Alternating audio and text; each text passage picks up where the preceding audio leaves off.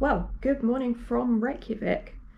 Had a pretty good night's sleep, all things considered. I don't sleep that well anyway, and I'm not that great on the first night, somewhere different, but the bed was really comfortable, the room was nice and warm, so yeah, all good there. Feeling a bit tired from the long day yesterday, but that's probably to be expected, but raring to go for today. Today I'm off on another long day actually, a full day's excursion around the Golden Circle, so that will be interesting to see what that's like. And then we get back from that, have a bite to eat, possibly at the same place as yesterday because of the convenience, because then I've got to go back out. Makes it sound like a hardship. I haven't got to go back out. I'm looking forward to going back out to do a Northern Lights tour. Keeping my hopes low on that because I'm kind of thinking the forecast isn't great, so unlikely to see anything, but you know, keep those expectations low and hopefully I'll be pleasantly surprised. But yeah, really looking forward to the day ahead. Not sure what to expect. It's apparently -9 out there at the moment. Feels like -13, so I think that'll be a shock to the system, but if I haven't woken up yet, I think that'll sort it out for me. Speak to you later. It was an 8:45 start for the Golden Circle tour. There are a number of pick-up points around the city, and mine was only 2 minutes away. Our first stop was Þingvellir National Park, which is one of Iceland's most important historical spots. Viking settlers established the world's first democratic parliament here in 930. It's also notable for its geology, because it's where the North American and Eurasian tectonic plates are tearing away from each other. It's about a 45-minute drive from the city centre. Don't be fooled into thinking that you'll be doing this on your own. It is pretty packed here. Loads of buses in the car park. We're in a chain of about 4 or 5 buses driving out of Reykjavik. But even though it's busy, it is still interesting, still worth seeing. I'm not going to lie, the crowds did put me off, and I started to worry that the rest of the day might see the same at every other attraction we went to.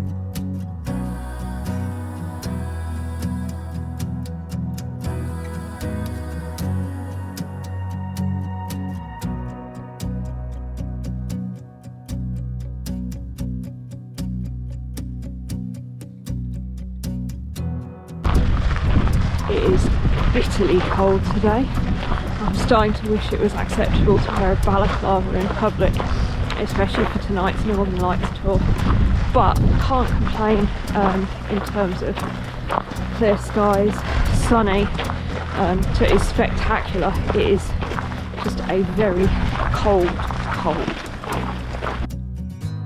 So this is good, but to be honest I prefer exploring on my own. Like, it's great to get a sort of Iceland in a nutshell trip and get the guiding, but I think to get the most out of this I'd come back on my own and explore all the sort of less crowded bits. There's a bit down there by the river that there's, you know, a handful of people on, and that's where I'd choose to be, but I'd be too scared to just set out on my own, I think, and do it independently, so that's the compromise, I guess. It's interesting, I just prefer going off the beaten path a bit. All the tour buses seem to stop at the upper car park, then it's a short, easy walk down to the lower car park where you get picked up again. The main facilities and visitor centre are at the top car park, but there are toilets at the lower one as well. Then it was back into the coach to admire more of the Icelandic landscape before meeting some local horses. I'm normally scared of anything with big teeth, but our guide assured us that they only use their tongue to take food, so I decided I'd give it a try. And I can say I lived to tell the tale, and they were very gentle.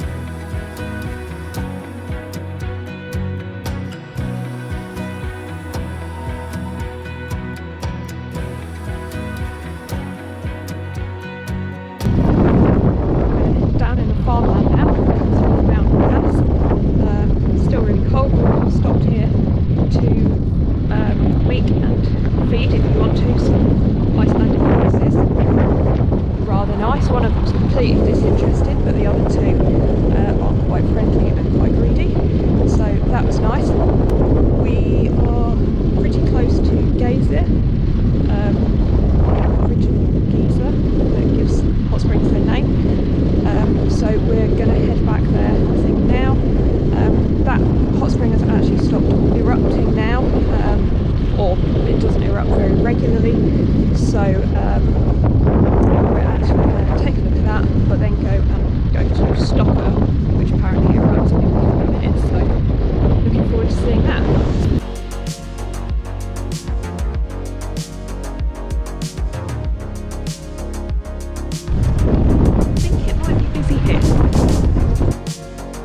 At Gullfoss, we parked up at the visitor centre. Then there are a couple of lookout points. Most people seem to head down to this one. Oh, the spray from it is absolutely...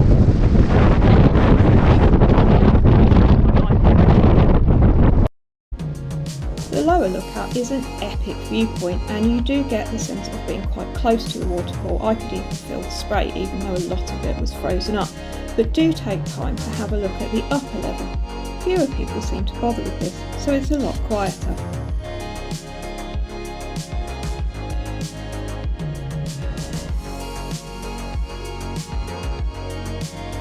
Not sure I'd fancy sitting on this frozen bench though.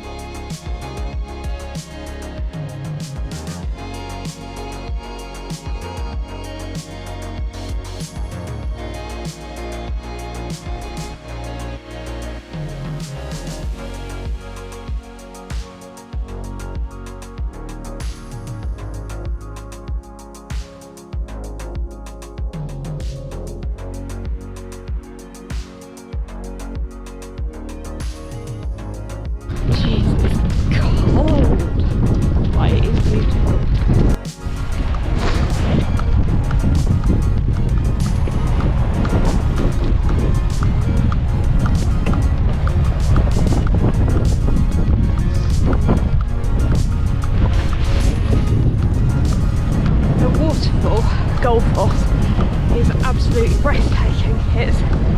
It's very hard to describe. You kind of need to see it yourself, and half of it's frozen, which just makes it just otherworldly. It's pretty magical. The other thing that is breathtaking is cold. I mean, I knew Iceland in March was going to be cold, and in some ways it's good because we've got clear skies, we've got sun and all the rest of it. Oh my god, I can't even begin to explain how cold it is. You take your gloves off to I don't know, get your phone out or change the setting on a camera or something, and within seconds you just can't feel your hands. It's really quite something, but staggeringly beautiful. I'm glad I'm getting into a warm bus though between all the various stops, because we do need it to warm up. But liking this place more, there's a bit more freedom to explore, and this path that I'm walking down at the moment, there's like literally 4 other people on it. I think everyone just gravitates towards kind of major viewpoints and don't necessarily come down here. They're probably all going to the cafe to get a hot drink. Don't really blame them, but yeah, it's quite nice to strike out and be one of the only people enjoying this bit.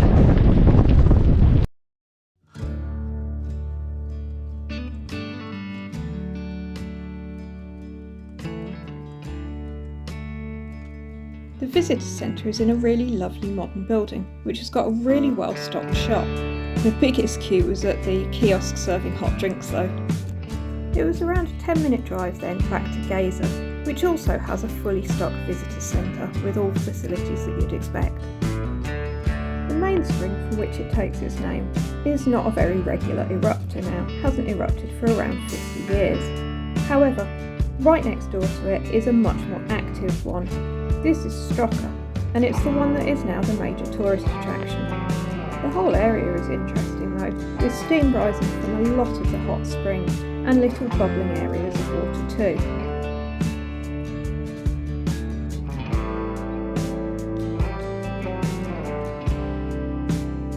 Hopefully these images give you a bit of a flavour of how cold it was.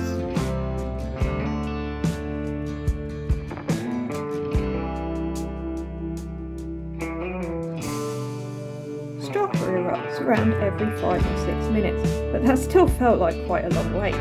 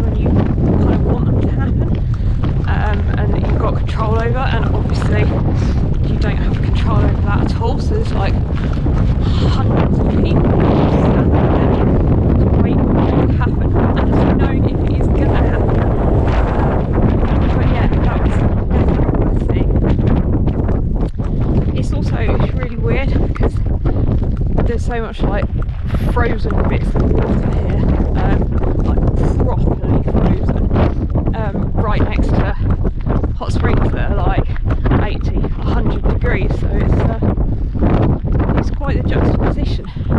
So I wouldn't want to erupt again. I've got any meteor gloves in the shop that's my cutting it.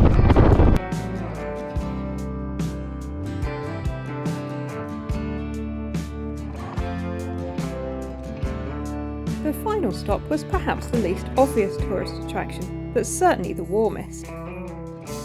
We stopped en route back to Reykjavik at a tomato farm, where we were given a short talk about the family that set this up, and also, quite interestingly, the bees that they import in their thousands from the Netherlands, and apparently a single bee can pollinate up to 2,000 flowers in a day, which was slightly worrying that there were so many bees around, but they all look like pretty friendly things, apart from when they were buzzing around in this box. Having seen the tomatoes growing, we were then treated to a lunch of tomato soup straight from the vines and some lovely hearty bread. It was a serve yourself affair, so I think I did overdo it, but it was delicious. It was also very welcome that there was actually lunch provided on this trip, although it was served at 2:30, so I was glad that I had bought some snacks the day before to take with me. There was just enough time to say hello to some more Icelandic horses before we headed back to town. It was a drive of around an hour and a quarter to get back to Reykjavik, so we arrived around 5 o'clock. So, what did I make of the Golden Circle tour? I booked through Jet2 City Breaks, but the tour was carried out by a company called Kompas Nordic. Obviously, every company will do slightly different variations of this, and I can only talk about the one that I went on, but I think most of the itineraries that I saw were very similar.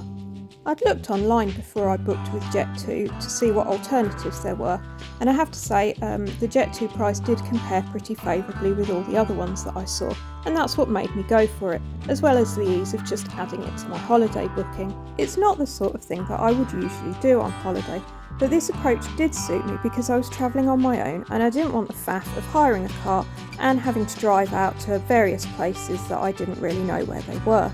That said, all the roads looked really good, there was ample parking at every attraction, and the traffic didn't seem very busy, so actually if you do want to do it independently, I'd say go for it. If you do want someone else to organise everything for you, then I would highly recommend this tour. I was slightly worried by Þingvellir, didn't enjoy it that much because of the crowds and the fact that we were sort of herded from one car park to another, so there wasn't the opportunity to go off and explore the quieter parts, which is what I'd normally do. That wasn't the case at the other attractions, and there was more freedom, so that made it a lot more enjoyable, and overall, I really had a good time, seeing lots of key sites in one day. Don't forget to subscribe so you can join me at the Blue Lagoon on a Northern Lights tour and on a day trip to the South Shore. And if you haven't already seen it, check out my video about Reykjavik. Thanks for watching.